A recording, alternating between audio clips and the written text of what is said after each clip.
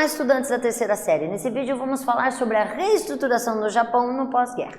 Para que isso seja entendido, obviamente, temos que fazer um resgate do Japão dentro de um contexto físico, onde literalmente observamos a situação do Japão consolidando seu papel expansionista.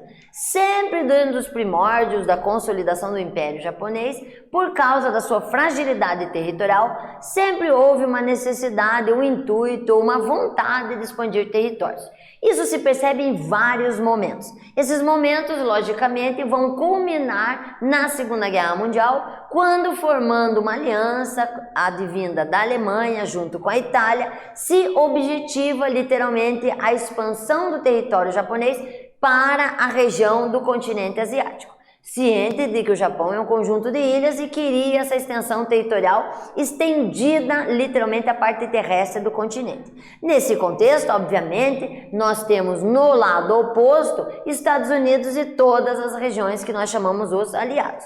Essa situação da Segunda Guerra, ela tem um grande estopim em 39, 40, digamos que um ápice em 41, e a partir de finalzinho de 42, a gente já percebe uma nova dinamização dos países, literalmente cercando e fazendo estratégias de neutralização dos países do eixo que cresciam até aquele momento. Nesse inteirinho, nós percebemos que Estados Unidos da América apareciam num contingente muito de auxiliar, com roupas, medicamentos, estrutura alimentícia, mas que tinham, obviamente, várias bases militares muito bem organizadas.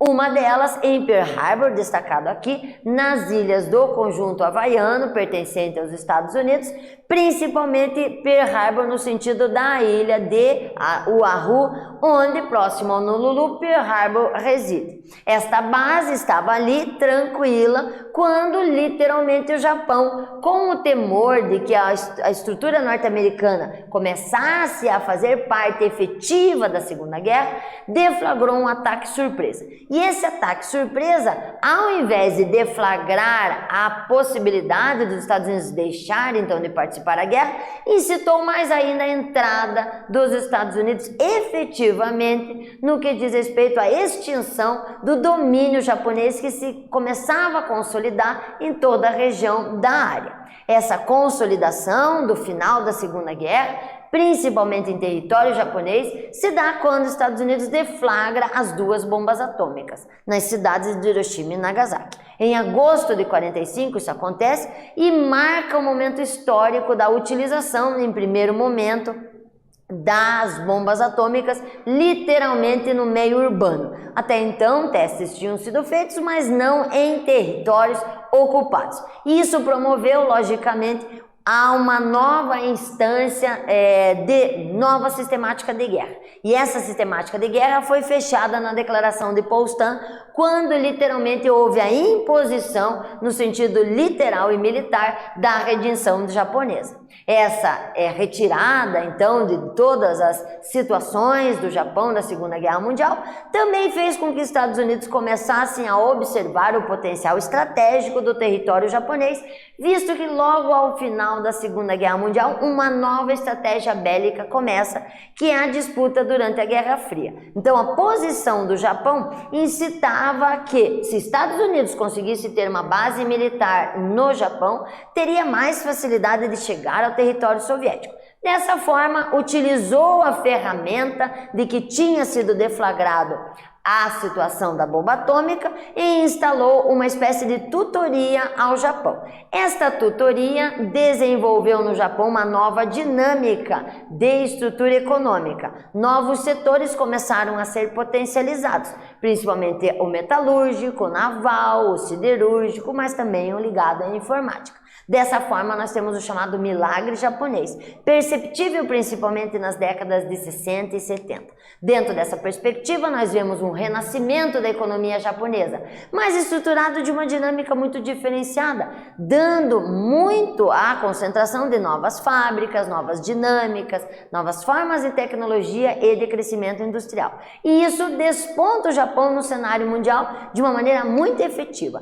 Este, logicamente, é um cenário que parece ser que tudo são rosas? Não.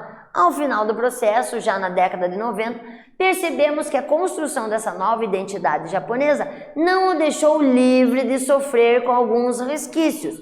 Pode ser que da guerra, mas também da economia mundial. Destacados aqui como, por exemplo, o alto custo de produção no país, o envelhecimento da população, que pela expectativa de vida percebido, a concorrência de novos atores nesse cenário econômico, fazendo com que ele tenha que disputar mercado, não só com tigres asiáticos, mas também com a China. Além, obviamente, de um sistema bancário que tem que haver com constante atualização, o que não acontece no cenário chinês. Hoje em dia, dentro dessa situação, nós temos então a visualização que o Japão é bem diversificado economicamente e essa diversificação ela é estruturada por um grande ramo de portos, aerodovias, geradores de energia que de maneira efetiva dão à população um elevado nível de consumo e consolidam o Japão dentro do cenário global. Nesse vídeo falamos sobre a reestruturação japonesa no pós-guerra, espero que vocês tenham gostado. Até breve.